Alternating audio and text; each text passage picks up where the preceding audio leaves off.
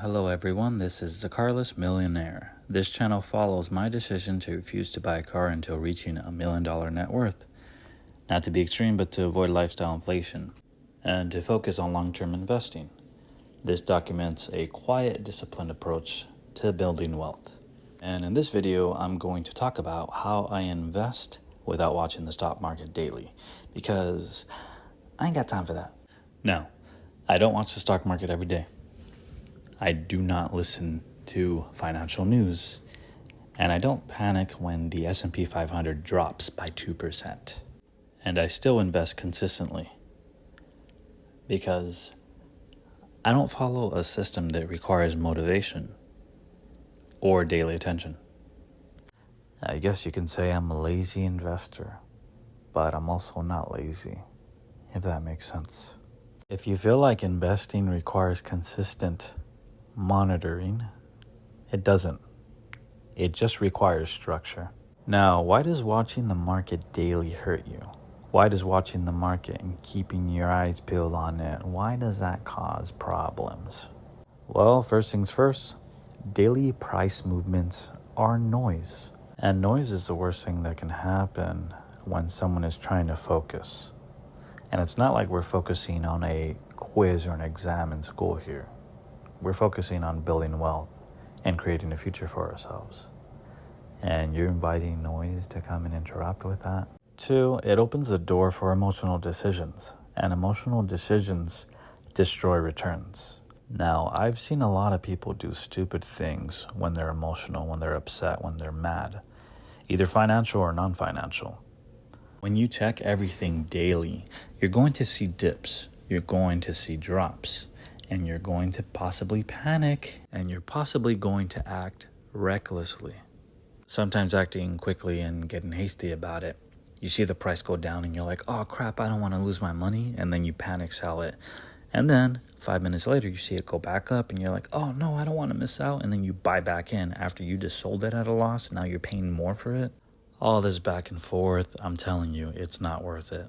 It's not worth it at all. You're checking it constantly and going back and forth. Like it's too much.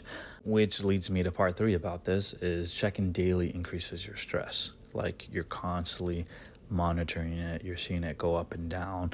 The emotions, the movements, it's too stressful. And we live in a stressful world, and adding stress to it, it's not worth it. And 4, investing becomes gambling when tied to emotion.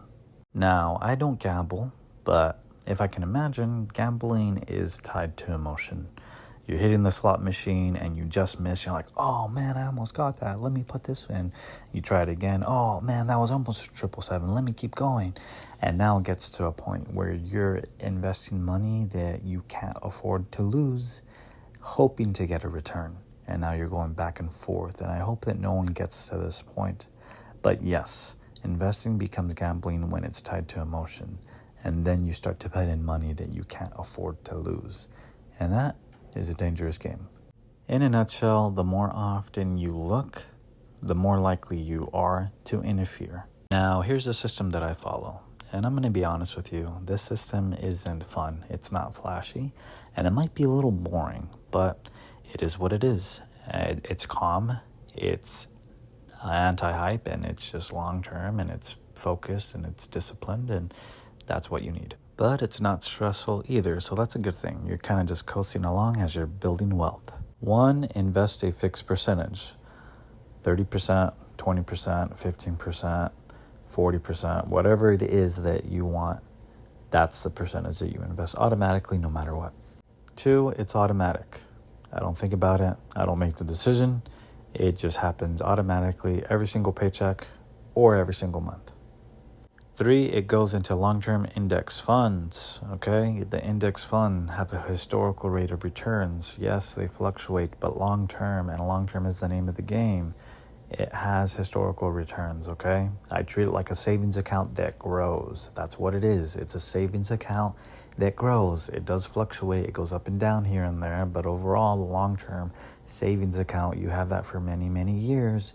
This is a savings account that pays you back, that grows, that doesn't give you a crappy 0.01% that all the traditional banks do. 4, I do not touch it. I'm not permitted to touch it. It is like a savings account that grows. A savings account I do not touch. It is not an emergency fund. I have that already set in place. I do not touch it. I leave it alone. It's a savings account that grows. 5, I only review it monthly or quarterly. I don't look at it. I'm not even allowed to look at it. I can't touch it. I can't look at it. It's so boring, right? But it's a savings account that grows. That's all it is. It fluctuates. Yes, it goes up and down, but I'm thinking long term. I'm thinking the savings account that grows. A traditional savings account in a bank, you wouldn't touch it or look at it. You would pretend it's not there.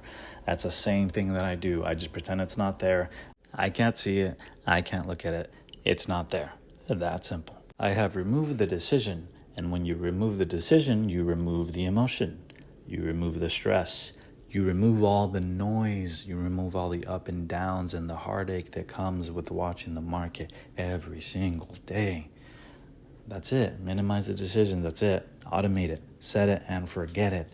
Set it and forget it. I have to say it twice. It's that important. But if you don't set it and forget it, you're going to mess with it. You're going to mess with it. You're going to interfere. You're going to buy it when it's high. You're going to sell it when it's low. And you're going to panic and do all kinds of emotional things and silly little things. And it's just like, dude, just relax. It's a savings account that grows. You would put money into a savings account naturally, right? You would put $300 a month into a savings account. Great. Do it to something that grows. Put $300 a month into the S&P 500 every single month. Set it and forget it. Don't look at it. Treat it like a savings account. It's that simple. Now, what do I focus on instead? 1, increasing your income. Do what you can to increase your income. If you got to pick up another part-time job or even switch jobs. Remember in 2021, the Great Resignation, where a lot of people were quitting their jobs, moving to newer jobs. There was a study behind that. 60% of workers who switched jobs between April of 2021 and March of 22 earn more money in their new roles, adjusted for inflation. The average job switcher saw a salary jump of 9.7%. While 60% of job switchers saw pay gains, only 47% of those who stayed with their employer received a raise, and many experienced a decline in real earnings because of inflation. In March of 2024, job switchers received a median pay increase of 10% as well. You're able to learn new skills, renegotiate your salaries, so on and so forth. I highly recommend getting a sales job. And I get the notion or I don't know anything about sales, or I don't want to be a pushy salesperson.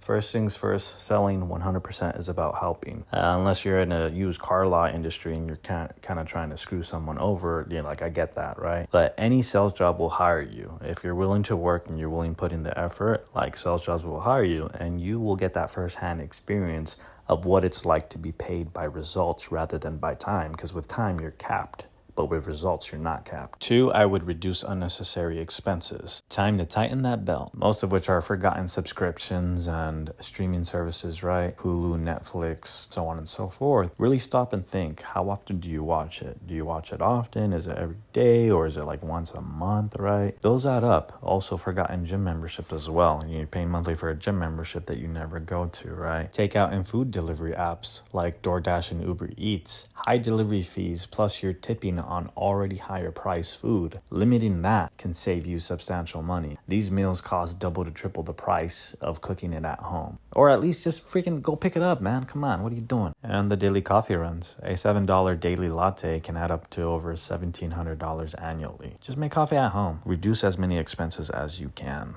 3, building an emergency fund. You know what your mandatory monthly expenses are.